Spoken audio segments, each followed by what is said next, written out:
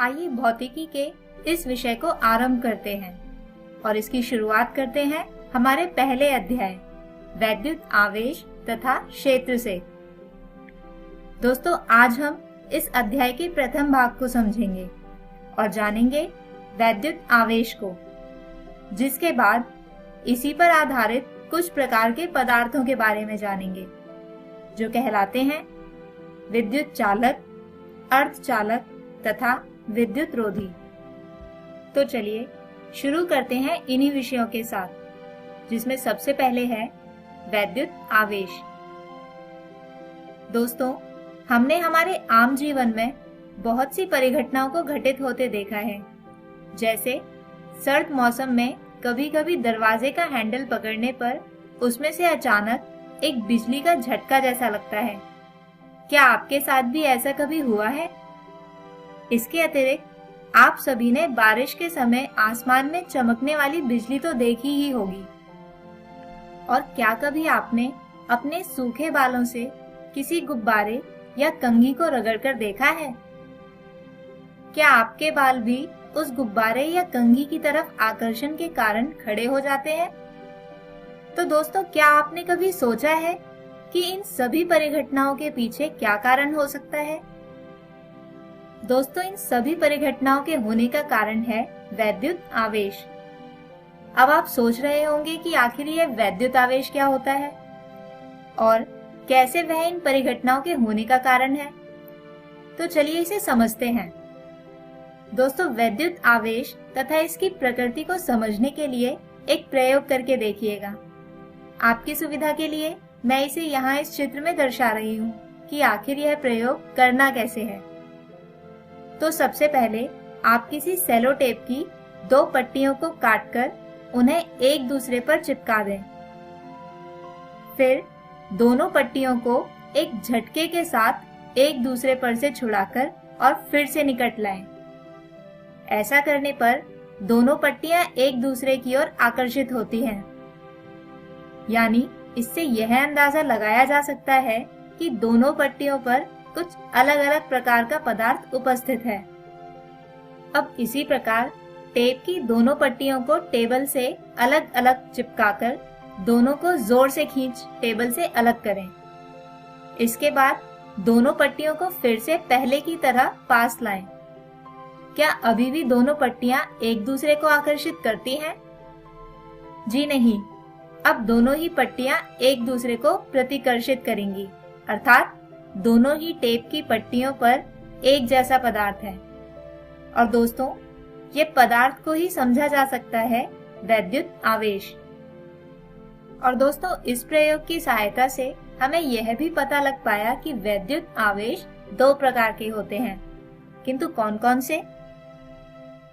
यह प्रश्न भी उस समय के वैज्ञानिकों के दिमाग में घूमता रहता था। प्रयोगों के आधार पर यह भी पाया गया कि जब समान प्रकार के आवेश परस्पर संपर्क में आते हैं तो वे एक दूसरे से दूर भागते हैं, यानी समान आवेश एक दूसरे को प्रतिकर्षित करते हैं, जैसे कि यहाँ पर दर्शाया गया है।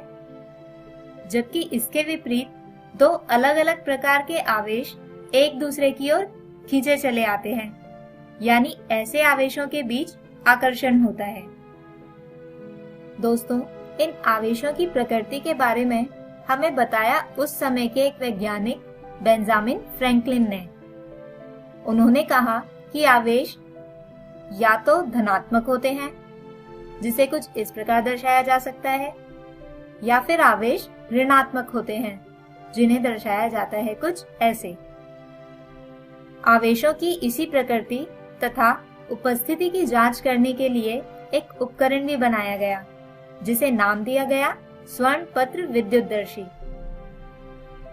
दोस्तों, इस प्रकार के उपकरण में जब किसी आवेशित वस्तु को विद्युतदर्शी के ऊपर स्थित गेंदनुमा संरचना के पास लाया जाता है, तो विद्युतदर्शी के स्वर्णपत्र एक दूसरे को प्रतिकर्षित करना आरंभ कर देते हैं, जिससे हम यह अनुमान लगा सकते हैं कि पास लाई गई वस्तु पर आवेश उपस्थित था।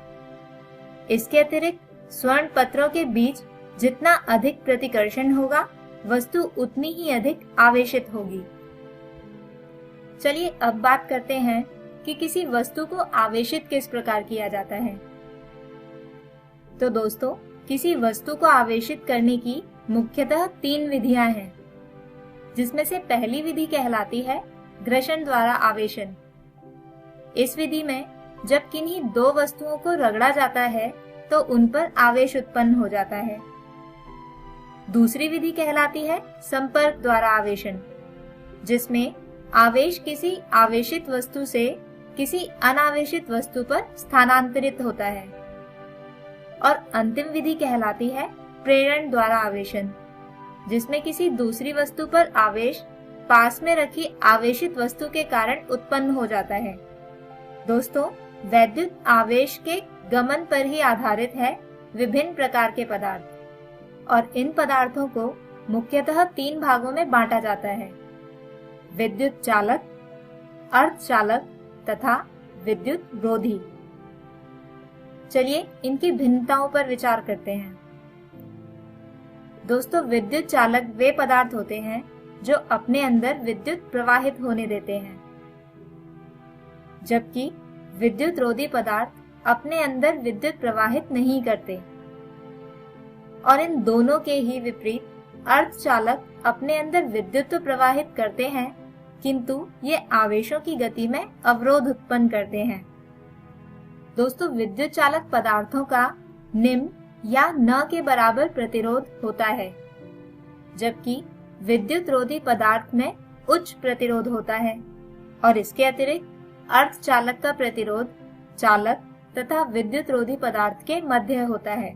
चलिए इनके उदाहरणों पर विचार करते हैं। दोस्तों, विद्युत चालक का सबसे अच्छा उदाहरण है धातु, जिनमें विद्युत प्रवाहित हो जाती है, जबकि विद्युत रोधी पदार्थ का उदाहरण है प्लास्टिक। और अर्धचालक का एक उदाहरण है सिलिकॉन। तो आशा करते हैं कि आपको इन तीनों ही पदार्थों के मध्य अंतर समझ आए होंगे। चलिए अब इसी पर आधारित एक खेल खेलते हैं। दोस्तों, यहाँ एक अलमारी में कुछ सामान रखा है और यहाँ आपके सामने 3 टोकरी रखी हैं, जिन पर विद्युत चालक, अर्धचालक तथा विद्युत रोधी लिखा है। अब खेल के नियम यह हैं कि मैं यहाँ से एक एक चीज को उठाऊंगी और आपको मुझे यह बताना है कि यह कौन सी वाली टोकरी में जाएगी। सही उत्तर के लिए आपको मिलेंगे पूरे 10 अंक और गलत के लिए 0। आपको ये खेल अपनी कॉपी में खेलना है। आपको लिखना है उस वस्तु का नाम और उसके आगे उसकी टोकरी का नाम। तो चलिए शुरू करें। आप अपनी कॉपी और पेन के साथ तैयार हैं ना? तो चलिए उठाते हैं अपनी पहली वस्तु, जो है एक लकड़ी का टुकड़ा। क्या लगता है आपको, यह किस टोकरी में जाना चाहिए? क्या आपने अपना उत्तर लिख लिया? तो दोस्तों, यह जाएगी विद्युत रोधी वाली टोकरी में। सही उत्तर देने वाले अपने 10 अंक लिख सकते हैं आप। चलिए अब लेते हैं अपनी दूसरी वस्तु, जो है कोई धातु। चलिए आप इसके लिए भी टोकरी का नाम लिख लीजिए। अगर आपने लिखा है विद्युत चालक, तो आप अपने 10 अंक लिख लीजिए, क्योंकि यह एक विद्युत चालक ही है। आइए अब तीसरी वस्तु की बारी है, जो है एक सिलिकॉन का टुकड़ा। क्या आप इसके लिए भी अपना उत्तर लिख चुके हैं? तो दोस्तों, यह है एक अर्धचालक, जिसके कारण यह जाएगा अर्धचालक वाली टोकरी में। अब बारी आती है अगली वस्तु की, जो है एक कांच का गिलास। क्या आपने इसके लिए भी सही टोकरी ढूंढ ली है? चलिए देखते हैं। तो क्योंकि कांच एक विद्युत रोधी पदार्थ है, इसलिए यह वस्तु जाएगी विद्युत रोधी वाली टोकरी में। और अंत में एक बिल्ली। क्या आपने अपना उत्तर लिख लिया है? तो अगर आपने लिखा है कि इसे विद्युत चालक वाली टोकरी में जाना चाहिए, तो यह बिल्कुल ठीक है, क्योंकि जंतुओं का शरीर विद्युत चालक प्रकार का होता है। और दोस्तों, यही कारण है कि जीव जंतुओं को बिजली के झटके अक्सर लग जाते हैं। तो आप में से कौन यह खेल जीता? दोस्तों, हमारे आज की इस वीडियो में हमने जाना कि सर्द मौसम में दरवाजे के हैंडल को छूने से अक्सर लगने वाला बिजली का झटका या सूखे बालों में गुब्बारे को रगड़ने के पश्चात बालों का सीधा खड़े हो जाना या बारिश के दिनों में दिखाई देने वाली बिजली या तड़ित के पीछे केवल एक ही कारण होता है, जिसे कहा जाता है विद्युत आवेश, जो 2 प्रकार के होते हैं तथा उनके बीच होने वाले परस्पर आकर्षण और प्रतिकर्षण के बारे में। और अंत में हमने जाना 3 भिन्न प्रकार के पदार्थों के विषय में। तो दोस्तों, हम आशा करते हैं कि आज का यह वीडियो आपको समझ आया होगा। दोस्तों, इसी पाठ के अगले वीडियो में हम जानेंगे इन्हीं विद्युत आवेशों के कुछ मूल गुणों को। तब तक आप घर जाकर आज के पढ़ाए गए विषयों को अपनी पुस्तक से दोहराने की कोशिश करें। धन्यवाद।